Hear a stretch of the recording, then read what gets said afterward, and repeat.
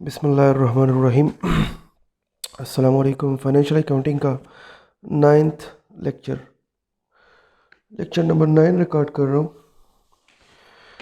जी। पिछले लेक्चर्स में हमने बैलेंस शीट और इनकम स्टेटमेंट के कुछ एग्जांपल्स यानी क्वेश्चंस सॉल्व किए थे। आज कुछ फर्दर प्रैक्टिसेस की करेंगे 207। तो जी ये बुक के कुछ क्वेश्चंस हैं जो आप इसके स्क्रीनशॉट्स ले लें, वही सॉल्व करेंगे इंशाल्लाह। ठीक है। क्वेश्चन नंबर 1 और 2 ये छोटे हैं, इनको रहने देते हैं। क्वेश्चन नंबर 16.3 इसका स्क्रीनशॉट ले लें अपने पास, 16.4 का। और ये फर्दर देखते हैं, इसमें कुछ क्वेश्चंस और भी करेंगे। ठीक है जी। 16.3 को अटेम्प्ट करने की कोशिश करते हैं। अच्छा जी, क्वेश्चन की रिक्वायरमेंट्स को अगर ज़रा देखें तो ये मांग रहा है from the following trial balance of G still draw up income statement for the year ending 30th September 2020 and a balance sheet as at that date.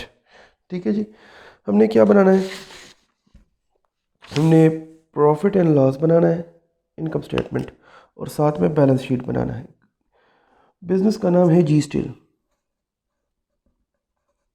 ठीक है जी। जी स्टिल का हम बैलेंस शीट बनाएंगे एज एट डेट जो दी है 30th September 2020, और साथ में इसी कंपनी का बनाएंगे income statement for the year ended 30th September 2020। अच्छा जी, इन्फॉर्मेशन जितनी भी दी है ट्रायल बैलेंस के मुताबिक चलेंगे। ट्रायल बैलेंस का मैंने आपसे कहा था कि उसके जितनी भी एंट्रीज़ हैं वो हम एक्चुअली उसकी सिंगल पोस्टिंग होती है प्रॉफिट एंड लॉस या ट्रायल बैलेंस में। अच्छा जी, हम बना किस तारीख के रहे हैं? हमारे पास जो डेट है जिसके हम डेटा बना रहे हैं वो है 30th September 2020। अच्छा जी, इन्होंने इन्वेंट्री दी है 1 अक्टूबर 2019 की। मतलब जो साल ख़त्म हो रहा है 30 सितंबर को, तो डेफिनेटली वो साल शुरू होगा 1 अक्टूबर को। तो 2020 का साल है, तो ये एक्चुअली 1 अक्टूबर 2019 को शुरू हुआ होगा। ठीक है। तो इन्वेंट्री इन्होंने दी है 1 अक्टूबर की इन्वेंट्री है, तो एक्चुअली वो हमारी ओपनिंग इन्वेंट्री होगी 1 अक्टूबर 2019 की। तो भाई हम किस तरह बनाते हैं अपना profit and loss account? Normally सबसे टॉप पे हमने सेल्स लिख के होते हैं। ठीक है जी। सेल्स, इससे अगर लेस करते हैं, अगर कोई रिटर्न इनवर्ड हो, इसको हम सेल्स रिटर्न भी कहते हैं। ठीक है जी। और इसके नीचे आता है cost of sale. Cost of sale में सबसे पहले ओपनिंग फिगर होता है, ओपनिंग इन्वेंट्री या ओपनिंग स्टॉक उसको कहते हैं। अच्छा, इस ट्रायल बैलेंस का सबसे टॉप पे बैलेंस है इन्वेंट्री ऑन 1 अक्टूबर 2019, जो कि फिगर गिवन है 41600। तो ये मेरी है ओपनिंग इन्वेंट्री। ओके जी। इसके बाद है कैरिज इन आउटवर्ड। कैरिज आउटवर्ड नॉर्मली जब हम गुड्स किसी को बेचते हैं तो अमूमन हम उनको डिलीवरी सर्विस देते हैं। ठीक है जी। उस पे जो खर्चा आता है वो कैरिज आउटवर्ड होता है। एक्चुअली ये डिस्ट्रीब्यूशन का खर्चा है, ऑपरेटिंग एक्सपेंसेस में आएगा। कॉस्ट ऑफ सेल के नीचे जो ऑपरेटिंग एक्सपेंसेस हैं उसमें इसको रिकॉर्ड कर लेंगे कैरिज आउटवर्ड। फिगर है 2100। ओके जी। इसके बाद है कैरिज इनवर्ड। कैरिज इनवर्ड जो है, जब यहाँ पे हम परचेजेस को ऐड करते हैं, ये कैरिज इनवर्ड जो है ये परचेजेस के साथ ही नीचे ऐड हो जाती है। ये वो कैरिज है जो हम परचेज के दौरान हम जब हम कोई चीज़ ख़रीदते हैं उस पर हम ट्रांसपोर्टेशन चार्जेस पे करते हैं, उसको कैरिज इनवर्ड कहते हैं। उसका फिगर है 3700। अच्छा जी, परचेज़ के नीचे अगर कुछ हो, परचेज़ रिटर्न या उसको रिटर्न आउटवर्ड भी कहते हैं, तो उसको हम लेस कर देते हैं परचेज से। और इसके साथ नीचे ऐड करते हैं क्या, कैरिज इनवर्ड। अच्छा जी, कैरिज इनवर्ड का फिगर जो है वो 3700 रुपये है, ठीक है जी। इसके साथ है, इसके बाद आता है रिटर्न इनवर्ड। रिटर्न इनवर्ड के फिगर है वो है 1540। रिटर्न इनवर्ड का मतलब है सेल्स रिटर्न, ठीक है जी। इसका फिगर है 1540, ठीक है जी। ये रिटर्न इनवर्ड के आगे मैं लिखता हूँ। रिटर्न आउटवर्ड परचेज रिटर्न जो है वो हमारे पास है 3410 के। एक काम करता हूँ, ये 3700 रुपये थोड़े से आगे लिख दूँगा और यहाँ पे परचेज रिटर्न के सामने मैं लिखूँगा 3410, ठीक है जी। इसके बाद हमारे पास गिवन है परचेजेस 188430। परचेजेस के सामने यहाँ पे 188430, ठीक है जी। 430 हमारे परचेजेस हो गए, जिसमें से परचेज रिटर्न लेस होंगे। अच्छा जी, इसके बाद सेल्स है हमारे पास, सेल्स है 380400, 380400, जिसमें से सेल्स रिटर्न माइनस होकर नेट सेल्स आ जाएंगे, ठीक है जी। अच्छा, इसके बाद है सैलरीज एंड वेजेस। सैलरीज भी यहाँ पे, वेजेस जो है सारी यहाँ पे रिकॉर्ड कर देंगे 61400, ठीक है जी। इसके बाद आ रहा है इंश्योरेंस। इंश्योरेंस भी हमारा खर्चा है, अमाउंट है 3700 रुपये। इसके बाद है मोटर एक्सपेंसेस 1356, 1356, ठीक है जी। इसके बाद है ऑफिस एक्सपेंसेस। ऑफिस एक्सपेंसेस का फिगर है 1910। अच्छा जी, इसके बाद है लाइटनिंग एंड हीटिंग। लाइटनिंग और हीटिंग एक्चुअली बाहर मुल्कों में, हमारे यहाँ जो इलेक्ट्रिसिटी का ख़र्चा होता है वो लाइटनिंग का हम ले सकते हैं। हीटिंग का कुछ ऐसे बिल्डिंग्स होते हैं जिसमें आपको सेंट्रलाइज हीटिंग मिलती है। लेट्स से इस्लामाबाद में मैं खुद एक हॉस्पिटल में गया था, तो वहाँ पे उस हॉस्पिटल, एक्चुअली वो बिल्डिंग जो था उसमें मुख्तलिफ़ तरह के और भी बिजनेसेस थे, लेकिन सेंट्रलाइज्ड एक हीटिंग सिस्टम उनके लिए लगा था हर कमरे में, वो पूरे बिल्डिंग को प्रोवाइड कर रहे थे, ठीक है जी। तो इस तरह के हीटिंग के भी चार्जेस होते हैं, वो हमारे लिए एक्सपेंस है। फिगर जो है इसका है 412। अच्छा जी, इसके बाद है प्रेमिसेस। अच्छा जी, जनरल एक्सपेंसेस हैं। जनरल एक्सपेंसेस का फिगर जो है वो है, ये मैं गलती तो नहीं कर रहा, सैलरीज मैंने रिकॉर्ड की है 4161400 पे। 3700 रुपये के मेरे पास इंश्योरेंस है। अच्छा जी, ये 3700 का वेयर हाउस रेंट है, ठीक है जी। ये मैंने गलती की है, एक्चुअली ये मेरा वेयर हाउस रेंट है ये वाला। इंश्योरेंस ये हो गया, एक्सपेंसेस ये ऑफिस एक्सपेंसेस ने, और लाइटनिंग का फिर आ जाएगा 49894।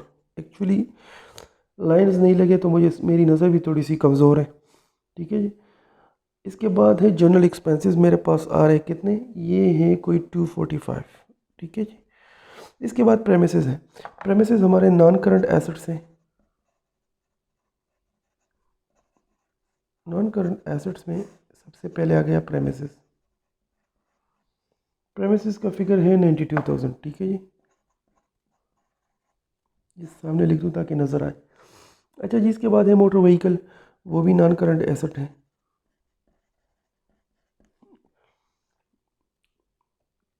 मोटर व्हीकल का जो फिगर है वो है मेरे पास 92,000 के नीचे है 13,400, ओके जी। इसके बाद है furniture and fittings. Furniture and fittings जो है वो है सारी 1900 की। इसके बाद करंट एसेट्स शुरू हो जाते हैं। करंट एसेट्स में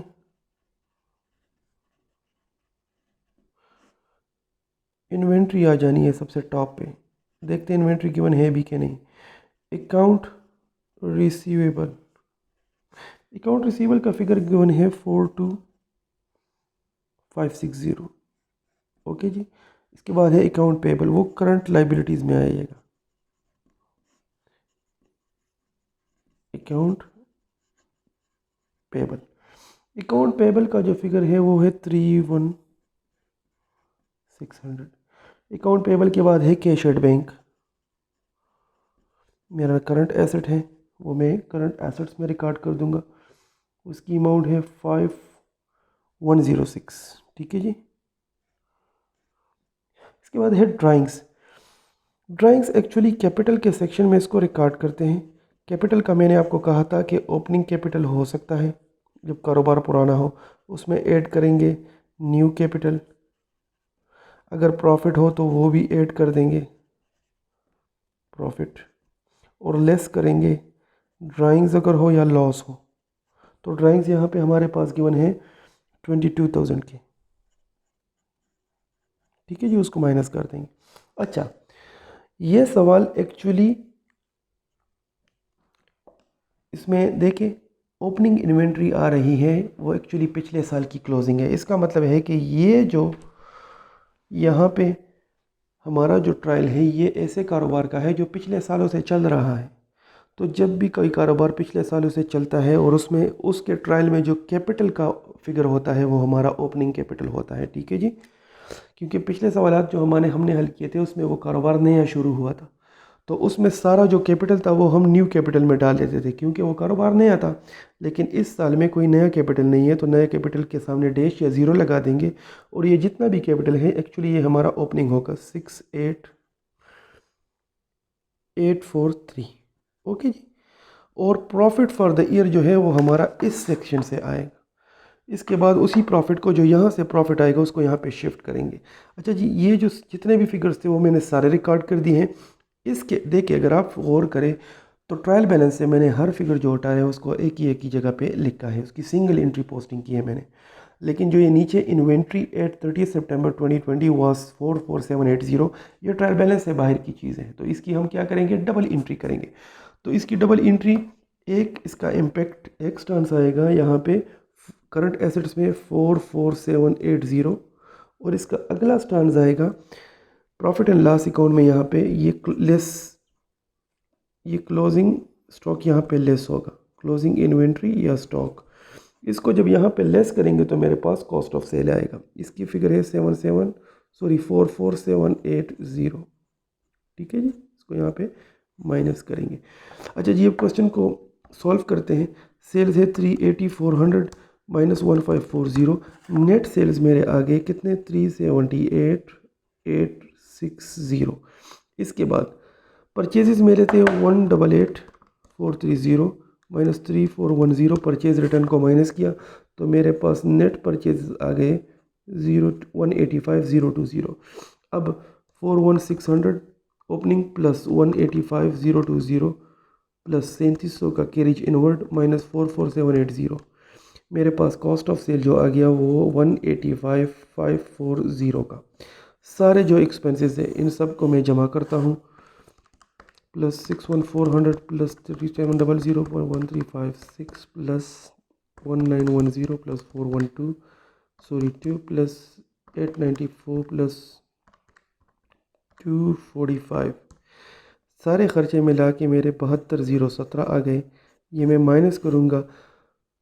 अच्छा जी, यहाँ पे ये मेरा सारा कॉस्ट ऑफ सेल है और ये सेल। इसके नीचे मैं यहाँ पे जीपी लिखना चाहिए था मुझे। जीपी क्या होता है, जब इस सेल से मैं माइनस करूँगा नेट सेल से कॉस्ट ऑफ सेल को। भाई नेट सेल मेरे थे 378,860 माइनस 18,540। मेरे पास जो जीपी आया है वो 193,320। ओके जी, मैं जीपी से इनको माइनस करूँगा एक्सपेंसेस को, तो मेरे पास आ जाएगा नेट प्रॉफिट। जीपी है 193,320 माइनस 72017। मेरे पास नेट प्रॉफिट आया 121,303। अब मैं देखता हूँ कि ये मेरा टीक है भी कि नहीं। इसको मैं यहाँ पे देखिए, यहाँ पे ऐड करूँगा 121,303। भाई कारोबार ने प्रॉफिट किया है वो किसका है, मालिक का है, तो मालिक के कैपिटल के साथ वो ऐड हो जाएगा। अच्छा जी, ज़रा नॉन करंट एसेट को क्लब करते हैं, प्लस करते हैं। 92,000 plus 13,400 plus 1900। Non current asset मेरे आगे 107,300 के। भाई करंट एसेट्स में सारे 44780 प्लस 42560 प्लस 5106, 92,446 के मेरे करंट एसेट्स आ गए, दोनों को मिला लेते हैं। 107 प्लस 92446, ये मेरे पास टोटल जो नॉन करंट और करंट मिला के सारे एसेट मेरे पास टोटल एसेट्स जो है वो इतने रुपए के आ गए। इससे मैं इसको माइनस करता हूँ तो मेरे पास नेट एसेट्स आ जाएंगे जो कि कैपिटल के बराबर आने चाहिए। 199,746 माइनस 3,1600, ये आ गए 168,146। अच्छा जी, इतना मेरे नेट एसेट्स हैं। अब मैं ज़रा देखता हूँ कि ये कैपिटल के बराबर आते हैं कि नहीं। भाई कैपिटल मेरा पुराना जो पड़ा था वो था 688,843, सॉरी 688,43 प्लस उसमें मैं प्रॉफिट ऐड कर दूंगा 121,303 माइनस 22,000, ये आ गया 168,146 के, और ये दोनों बराबर है। इसका मतलब है कि हमारी जो वर्किंग है ये बिल्कुल ठीक है। ये एक्चुअली 16.3 नंबर क्वेश्चन हमने हल किया है, ठीक है जी। इसमें 16.4 भी एग्जैक्ट सेम है। 16.3 और 4 में कुछ भी फ़र्क नहीं है, सारे फिगर्स उसके एग्जैक्ट सेम है। 16.5 भी और 16.6, ये जो क्वेश्चन है ये बिल्कुल सारे एक जैसे हैं।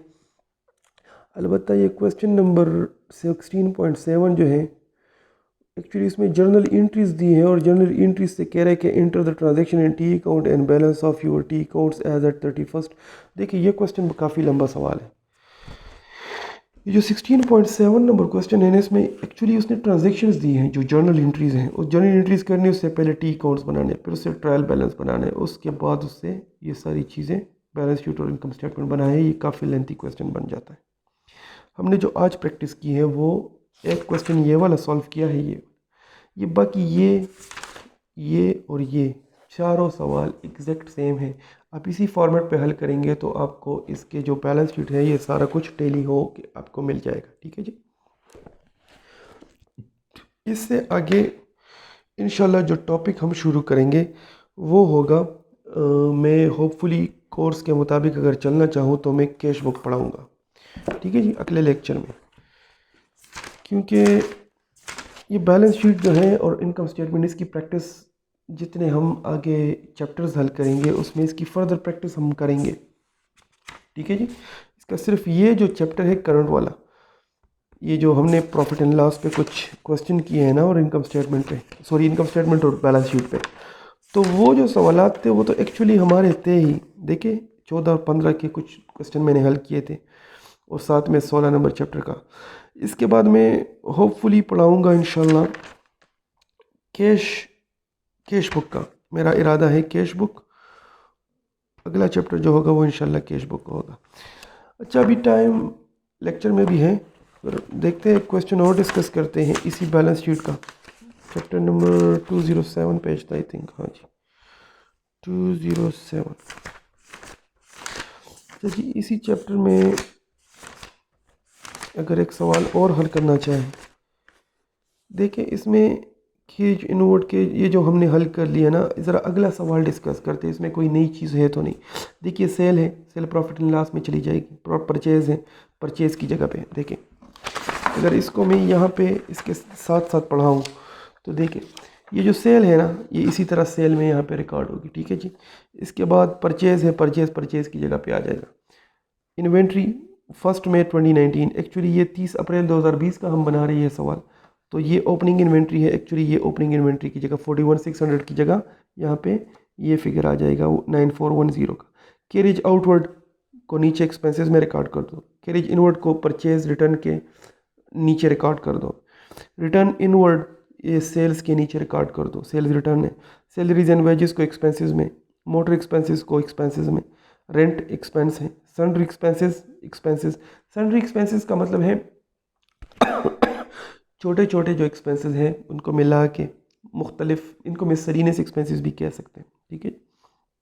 अच्छा जी, मोटर व्हीकल उसको नॉन करंट एसेट्स में यहाँ पे रिकॉर्ड करेंगे। फिक्स्ड एंड फिटिंग्स को भी नॉन करंट एसेट में, अकाउंट रिसीवेबल को करंट एसेट्स में, पेबल को करंट लाइबिलिटीज़ में, कैश एट बैंक को करंट एसेट्स में। कैश इन हैंड नया चीज़ उस क्वेश्चन के अलावा आ गया, इसको कैश एट बैंक के नीचे ही लिख देंगे, सॉरी। अच्छा जी, ड्राइंग्स हैं, ड्राइंग्स को यहाँ पे कैपिटल के सेक्शन में रिकॉर्ड कर लेंगे और कैपिटल को एक्चुअली ये भी ओपनिंग कैपिटल है तो इसको यहाँ पे रिकॉर्ड कर देंगे। बाकी कैलकुलेशन सारी सेम ही है जी। अगला क्वेश्चन है इसका 16.5। तो देखिए 16.5 को अगर डिस्कस करें तो ये इन्वेंट्रीज की ओपनिंग इन्वेंट्री है जो प्रॉफिट एंड लॉस में कॉस्ट ऑफ सेल के सेक्शन में आएगी। सेल को सेल में रिकॉर्ड कर देंगे। परचेजेस ऑलरेडी आपको पता है कहाँ पे रिकॉर्ड करनी है, प्रॉफिट एंड लॉस में। इसमें कोई नई चीज़ नहीं है। Carriage inward, carriage outward, return, अच्छा जी, return outward, wages, business rates खर्चा है, कम्युनिकेशन एक्सपेंसेस मतलब टेलीफोन वगैरह का खर्चा, ये भी एक्सपेंस है। कमीशन पेड भी खर्चा है। हमने क्या किया, कभी कभार हम लोगों को कमीशन की बेसिस पे रखते हैं कि हम कहते हैं कि भाई आप हमारे लिए सेल्स करो, लेट से आप जितने सेल करोगे उसका 1% हम आपको देंगे। कमीशन की बेस पे है, उनको तनख्वाह नहीं मिलती, कमीशन मिलता है। एक्चुअली सैलरीज की तरह ही है लेकिन खर्चा है, कमीशन एक्सपेंस के तौर पे रिकॉर्ड कर देंगे। इंश्योरेंस खर्चा, सैलरी एक्सपेंसेस खर्चा है। बिल्डिंग को नॉन करंट एसेट में रिकॉर्ड कर देंगे, अकाउंट रिसीवेबल को करंट एसेट्स में, अकाउंट पेएबल को करंट लाइबिलिटीज़ में, फिक्सचर्स को करंट एसेट्स में, cash at bank, cash in hand दोनों को करंट एसेट्स में। ड्राइंग्स को कैपिटल के सेक्शन में माइनस कर देंगे और ये जो capital a to first April दिया है ओपनिंग कैपिटल है। पिछले सवालात में भी जो कैपिटल था वो भी ओपनिंग ही था, ये वाला भी ओपनिंग है, तो ये सारे सेम ही है। ठीक है जी। तो बैलेंस शीट का जो फर्दर प्रैक्टिस है इंशाल्लाह वो आगे जो चैप्टर्स हम पढ़ेंगे, इनकम एंड एक्सपेंडिचर का एक चैप्टर आएगा। ठीक है जी, इनकम एंड एक्सपेंडिचर का एक चैप्टर है, उसमें इसकी फर्दर प्रैक्टिस हो जाएगी। ये देखिए इनकम एंड एक्सपेंडिचर जी, चैप्टर नंबर 28 यहाँ पे। इसके अलावा जो है पार्टनरशिप है, जब पार्टनरशिप पढ़ेंगे तो उसमें भी प्रॉफिट एंड लॉस और बैलेंस शीट की फर्दर काफ़ी प्रैक्टिस हो जानी है।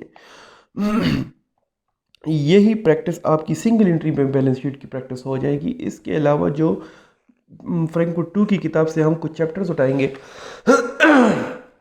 उसमें कुछ चीज़ें हम पढ़ेंगे। वहाँ पे जो कुछ चैप्टर्स हैं एक्चुअली उसमें भी बैलेंस शीट और प्रॉफिट एंड लॉस का फर्दर प्रैक्टिस हम करेंगे। तो प्रॉफिट एंड लॉस और बैलेंस शीट को हम बहुत बार पढ़ेंगे, इसलिए इसकी फर्दर प्रैक्टिस की अभी ज़रूरत नहीं है।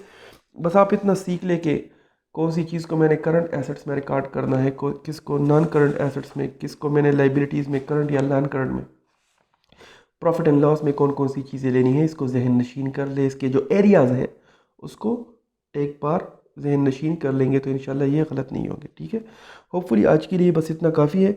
अगले लेक्चर में इंशाल्लाह हम कैश बुक शुरू करेंगे इंशाल्लाह। तब तक के लिए अल्लाह हाफ़िज़।